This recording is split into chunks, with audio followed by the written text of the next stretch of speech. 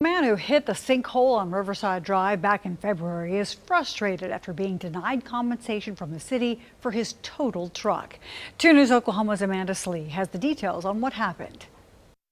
This is video of the sinkhole from February 6th on Riverside Drive and 21st. At this time, the city told us a few cars hit what they thought was a pothole, but turned out to be this sinkhole. One of those drivers reached out to us upset and feeling helpless after his truck was damaged. I mean, it was like a bomb going on underneath my truck. It was a normal Monday around 6 o'clock in the morning on February 6th. Mark Castle was driving to work going south on Riverside approaching 21st Street. He noticed a car with its hazards on parked on the side of the road. The next thing he knew, he hit a sinkhole. I then proceeded to try to go forward and to get off the road to check the damage, and I didn't go very much further and my truck completely stopped. Castle told me fluids were coming out from under the truck and his wheels and tires were damaged too. When he looked back to see what he drove over, he was stunned, not just by what he saw, but how big the hole was. I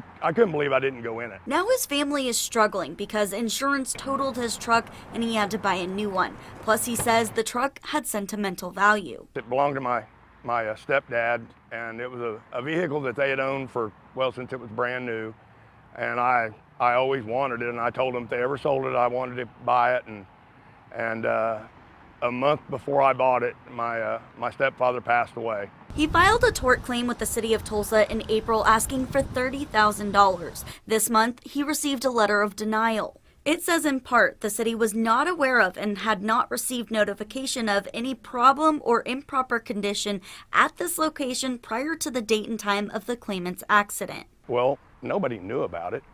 I mean, this is just something that happens, but you did patch over the concrete there, so you knew something was going on.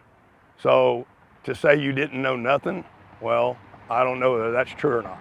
In our video of the sinkhole, it does appear there was a previous patch. I reached out to the city to understand the reason for denying the claim, as well as asking about previous issues in that spot. I received a message stating the city refrains from commenting on legal matters. In the end, Castle feels what he's asking from the city isn't much. I'm not asking for someone to set me up for life. I asked for cost to replace. To this day, Castle tells me he is cautious and chooses not to drive over the spot where the sinkhole was located. Amanda Slee, 2 News Oklahoma.